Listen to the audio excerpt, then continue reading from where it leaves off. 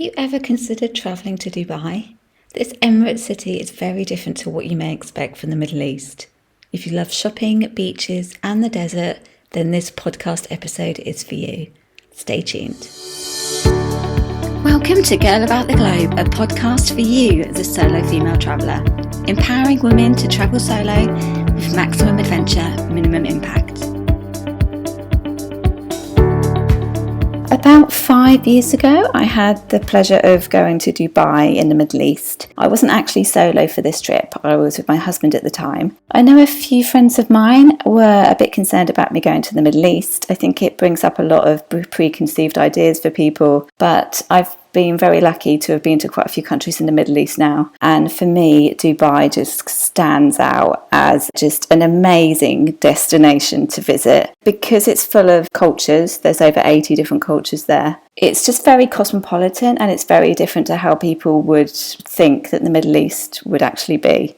It's basically got everything you ever want, anything and everything the rest of the world can do. Dubai tries to do it better. It's boomed since the discovery of oil in the 1960s. It's not one of the cheapest destinations to travel to, and it does obviously come with a bit of a price tag. But if you love shopping, Dubai is just amazing for shopping. There's 5 different shopping malls there. One of the best ones is the Dubai Mall, which actually has an indoor ski resort. So anything and everything you ever wanted to buy, you can buy there as well.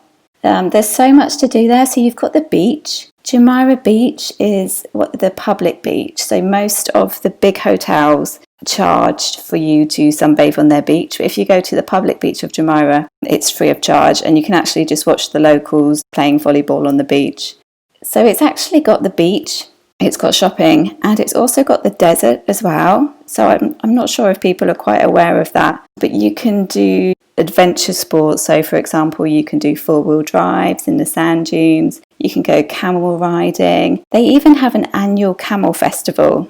So you've got the desert, and then there's also the old part of Dubai. So I think when you think of Dubai, you think of all the amazing skyscrapers and the lovely beach, but they've actually got an old part. And visiting the old part of the city takes you back to the time when the city was quite a modest place and it was based on pearls. So they used to fish for pearls there. So you've also got the spice market, and then you can take a cruise on a traditional dhow along Dubai Creek, which gives you a contrast of the new and the old at the same time. What I really do love though, there's an area just along from the Burj Al Arab, which is a 7-star hotel, which is called the Souk Madinat Jumeirah. That's Dubai's own little Venice. So you can take a boat ride through the narrow waterways to the little marketplace. And you can actually take a beach buggy and cruise along the sandy beach as well. So this place is actually really safe. I was as part of a couple, but I did find Dubai very safe at night time. But this area is just lovely, and you really don't feel as if you're in the Middle East. You feel as though you're in some European canal. It's just amazing, and it has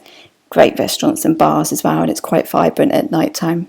When I went to Dubai, I stayed at the Atlantis Palm, which is a hotel which is right on the edge of the palm. So the palm is basically a man-made structure in the sea, and it's in the shape of a palm. It is connected to the rest of Dubai by a road, and there's also a monorail as well, which wasn't open at the time that I was on holiday there. The Atlantis Bahamas is just absolutely amazing. They have the biggest aquarium there, so it's worth visiting even if you don't stay there. They also have shops and Michelin star restaurants. They have an amazing beach. You have to take little buggies to get around the resort. What Dubai is probably mostly known for is the Burj Al Arab, which is a hotel that's shaped like a sail. One of the best things to do is to go to the sky bar, which is at the top of the hotel. And from the sky bar, you can see the world. And by the world, I mean another man-made structure. It's basically lots of little islands which are shaped like a world in the middle of the sea. And you get a really good view on a clear day from the sky bar at the Burj Al Arab. The way that I got around is by taking taxis. So taxis are metered there, or you can use the hop-on, hop-off bus.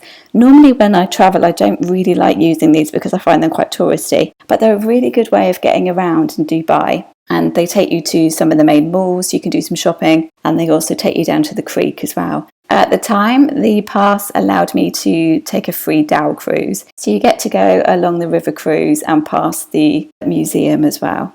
So basically, Dubai is just such an amazing place. It's probably my favourite place in the Middle East because it just has absolutely everything. It's also got the world's tallest building. I think it's a hotel, and you can also go up to the top floor as well. You get a good view of the city on a clear day. Dubai does get very hot, so sometimes there is some haze, which makes it difficult to get a really good photo. So one of my tips would be try and get as many photos as you can as soon as you arrive. Don't wait until the last few days, just in case you do get that haze in the sky. But the world's tallest building, it's called the Khalifa, the Burj Khalifa. And I think they've also got a Michelin star in there as well. So I only spent 10 days there, and I spent all my time at the Atlantis Palm. I found the people really friendly. There are obviously laws which you need to abide to, such as no PDAs, public displays of affection. They don't sell alcohol. The only place you can actually buy alcohol would be within your hotels. And you just need to be more conservative. You need to dress very conservatively. If you go to the shopping malls, you need to have your shoulders covered and also your knees covered as well. They have got a massive water park. You've got the Wild Wadi Water Park. There's also the Jumeirah Mosque and Sheikh Zayed Palace as well, which you'd obviously need to cover up for. So if you are considering going to Dubai, it is an absolutely amazing place. The sea is just, it feels as though it's a warm bath. It's just stunning, but you just need to be very careful of any strong currents, even though the sea looks very calm. I would definitely recommend Dubai for 5 to 7 nights. When I was there, I also twinned it with Abu Dhabi, and I stayed in a desert hotel in Abu Dhabi for 3 nights afterwards, which took about an hour and a half. So just in summary, for anybody considering going to Dubai, I would say definitely go. Get your camera ready to take lots of pictures of skyscrapers, beaches, camels, sand dunes, Bedouin adventures, and also take your credit card with you to do lots of shopping. I hope that this episode has inspired you to go to Dubai. If you are planning a solo trip, I've put together recommendations on what to see and do as a solo in the Solo Travel in Dubai guide on the Girl About the Globe website. Thanks for listening. Thanks for listening to our Girl About the Globe podcast, making solo travel easier for you.